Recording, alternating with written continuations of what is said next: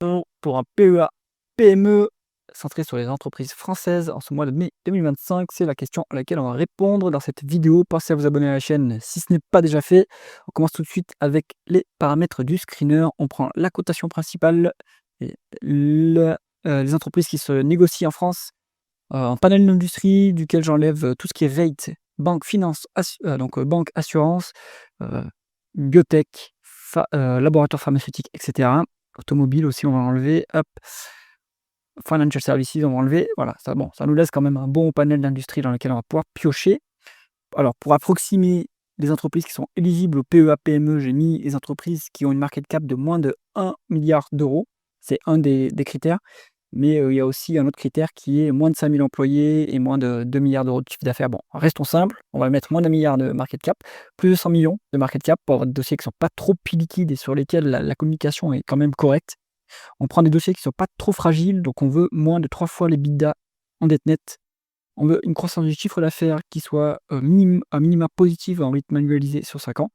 Comme ça, on a des entreprises qui sont quand même en croissance et un minimum de qualité au niveau du rendement des capitaux investis avec 7 de rentabilité. On y va, on a 14 entreprises qui sortent, donc on va essayer d'y aller plus rapidement que d'habitude, parce que sinon la vidéo va être trop longue. Donc les colonnes, vous commencez à connaître, donc symbole de cotation dans l'entreprise, industrie, la market cap, croissance, la valorisation, la rentabilité, l'endettement, le rendement du dividende, free cash flow, bénéfice net, payout ratio. Allez, le premier dossier de la liste, c'est Lectra, 1 milliard de market cap, donc on est alors 100 dollars ici, on n'a pas en euros sur ce tableau. On est sur une entreprise qui est quand même chèrement valorisée, il y a de la croissance, la rentabilité est correcte, pas trop de dettes, un petit dividende qui est soutenable.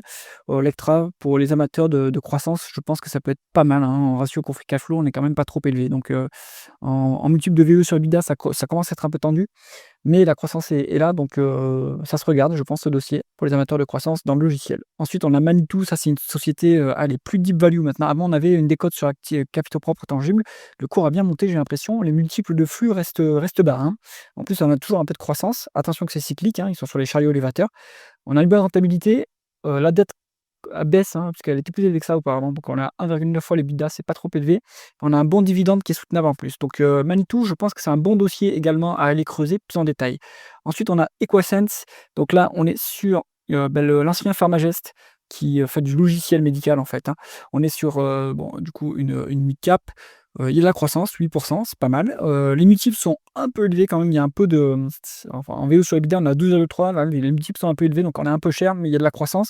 Et après, c'est qualitatif, le logiciel, c'est normal, on a une bonne rentabilité. On est presque à 15 de rendement des capitaux investis, il y a quasiment pas de dette. Un dividende qui est quand même intéressant à ce niveau, qui est soutenable. Equasense aussi, je pense que ça se regarde, c'est pas mal, la croissance, revient en plus sur les dernières années. Ensuite, on est sur Oneo. Alors de mémoire, ils font, tout ce qui est ils doivent faire les bouchons pour les bouteilles, de vin ou quelque chose dans ce genre-là. On a une croissance qui est un peu faible, pourtant les multiples sont un peu élevés, pour une croissance aussi faible en rythme annualisé. C'est limite, on est sur, un rendement capital investi qui est quand même bon, donc bonne rentabilité, un peu de dette, mais rien d'inquiétant. Le dividende est à quasiment 4, mais le payout ratio est trop élevé à ce niveau, donc je pense que ce dividende, il va baisser par la suite, au mieux stagner, mais il ne va pas augmenter beaucoup plus, donc attention là-dessus. Les perspectives du secteur sont quand même un peu compliquées, tout ce qui est alcool, donc moi je pense qu'il vaut mieux être à l'écart de Néo. Ensuite, groupe Guillain, donc ça on est sur l'emballage alimentaire. J'aime bien cette entreprise, on a une bonne petite croissance quand même, en rythme annualisé sur 5 ans. Et les multiples sont value, à part le multiple de free cash flow, mais je pense qu'il y a une dépense en capital élevée pour avoir une différence entre les bénéfices nets et les free cash flow. Donc multiple value, on est sur une bonne rentabilité à 7,7, c'est pas mal. On a quasiment pas de dette, un rendement du dividende qui est intéressant, avec un payout ratio qui est assez bas, mais les free cash flow sont plus bas que moitié moins que les bénéfices nets, donc en fait, on a en réalité un 60 par rapport au free cash flow. Mais bon, ça reste soutenable à ce niveau, donc Guillain, moi je pense que ça se regarde également. Ensuite, Mersenne, ils font, alors soit des câbles électriques, en tout cas je crois qu'ils sont sur les matériaux pour les câbles électriques ou ils fabriquent des câbles électriques, à vérifier. On est sur une croissance qui est quand même pas mal, en rythme annualisé sur 5 ans, une croissance plutôt moyenne, on va dire 5,5. Les multiples sont value, 5,2 en VE sur EBITDA et moins de 10 en ratio court-bénéfice. Attention que les free cash flow sont bas, mais ils ont une dépense en capital qui est élevée sur les 12 derniers mois, et je pense que c'est ponctuel. On a une bonne rentabilité à 7,5, donc ça c'est bien, 7,5 de rendement des capitaux investis. Attention qu'il y a un petit peu de dette, 2,3 fois les l'EBITDA en dette nette, ça commence à être élevé, donc il va falloir suivre la trajectoire. du désendettement. Dividende qui est, à un rendement, quand même intéressant, mais ça a été versé à crédit sur les 12 derniers mois, hein, donc attention à garder ça en tête. Maintenant si les free cash flow reviennent, je pense que ça sera soutenable, hein, vu qu'on est à 50 des bénéfices.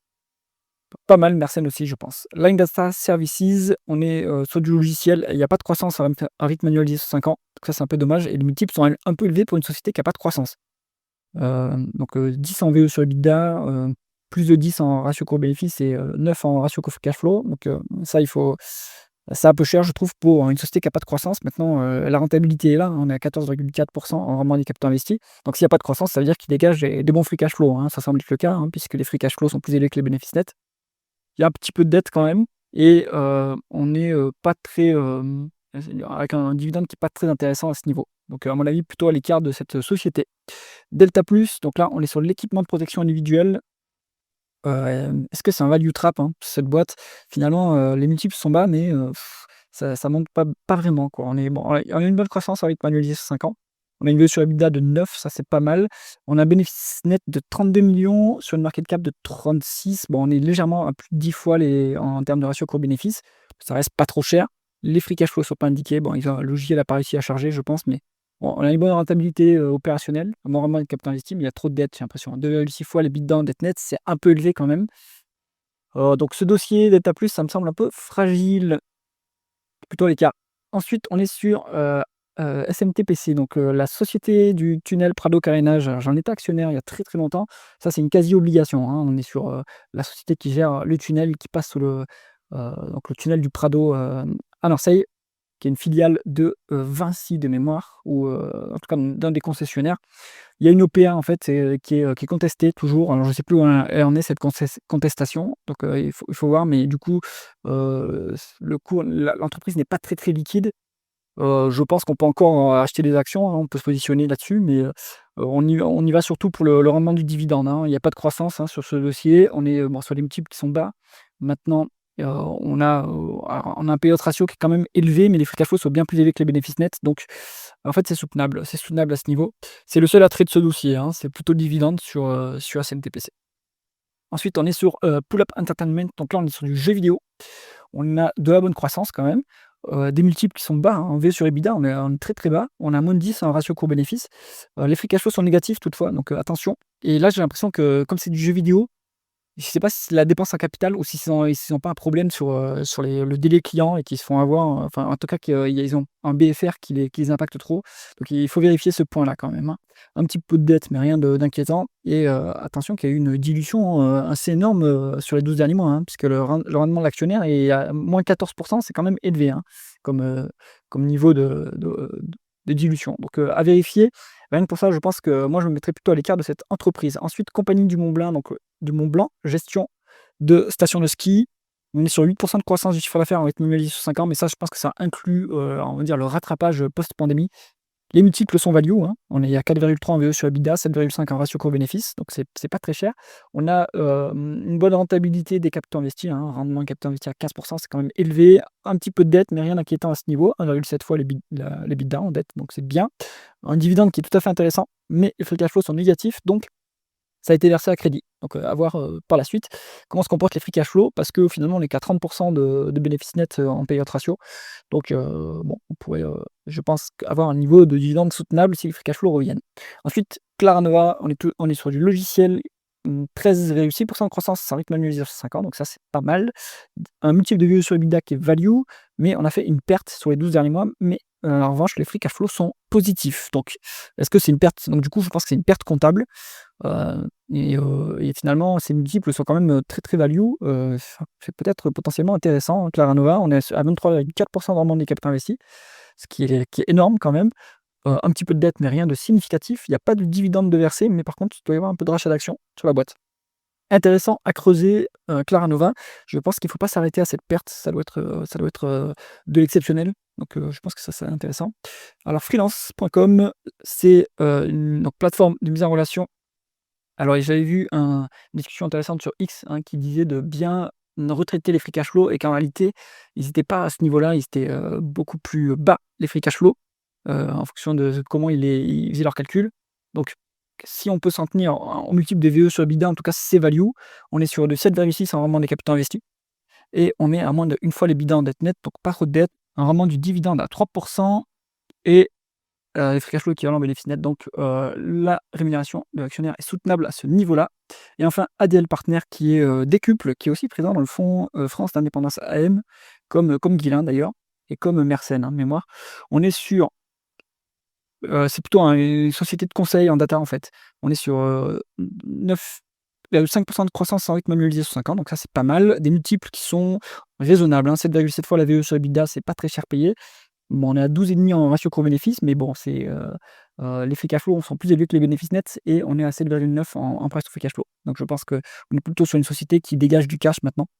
Moins d'une fois l'EBITDA en dette nette, donc on n'est pas trop endetté et on a un rendement du dividende à 3,4% avec un rendement actionnaire à 3,8%, donc il y a un peu de rachat d'actions et le payout ratio est, en réalité plus bas que ce qui est indiqué ici puisque les free cash flow sont plus élevés que les bénéfices nets. Donc ADL Partners, c'est un bon dossier.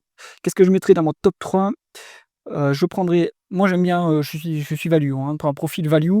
Ce qui est intéressant, ça va être Groupe Guillain, ça va être ADL Partners, ça c'est intéressant et on pourrait se mettre en plus, en value, Manitou également. Ça serait mon top 3 value. Si vous voulez de la croissance dans votre PEA-PME, vous pouvez prendre Lectra à mon avis. Vous pouvez prendre, vous pourrez prendre Equasens également, donc ça c'est pour avoir du profil, value et je pense et du profil croissance, pardon.